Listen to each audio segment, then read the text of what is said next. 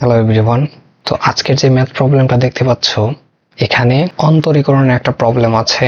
y একটা function দেওয়া আছে sin into 2 tan inverse root over 1 minus x divided 1 plus x যদি হয় তাহলে আমাদের dy বাই dx এর মান বের করতে হবে। তো শুরুতে আমরা y এর যে ফাংশনটা দেওয়া আছে একে সিম্পলিফাই করার চেষ্টা করব। তো y সমান sin 2 tan inverse root over x কে শুরুতে আমরা x সমান cos থিটা ধরে নিব। কেন? কারণ আমাদের সূত্র জানা আছে 1 প্লাস cos থিটা সমান 2 cos square theta by 2, 1 minus cos theta সমান 2 sin স্কয়ার থিটা বাই 2।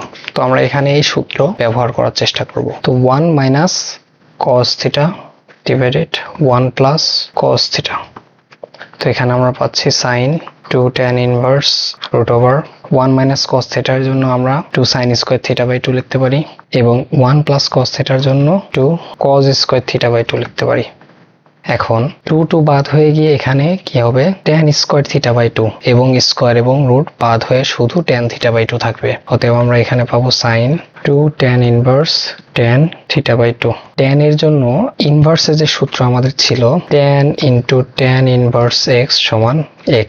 অতএব আমরা এখানে পাবো sin ইনটু 2 থিটা বাই 2। অতএব এখানে আমাদের আসবে sin থিটা। এখন এখানে x সমান cos থিটা ধরে নিয়েছিলাম, অতএব আমাদের থিটা সমান আসবে cos ইনভার্স x।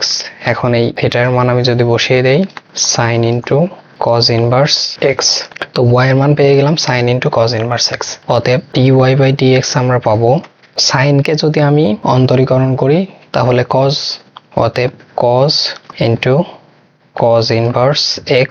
কিন্তু cos ইনভার্স x তো আমার x না, cos ইনভার্স x কে যদি আমি অন্তরীকরণ করি তাহলে -1 by root over 1 minus x square. এখন cos এবং cos ইনভার্স তো বাদ হয়ে শুধু x থাকবে, অতএব -x by root over 1 minus x square. এটা আমাদের অ্যান্সার।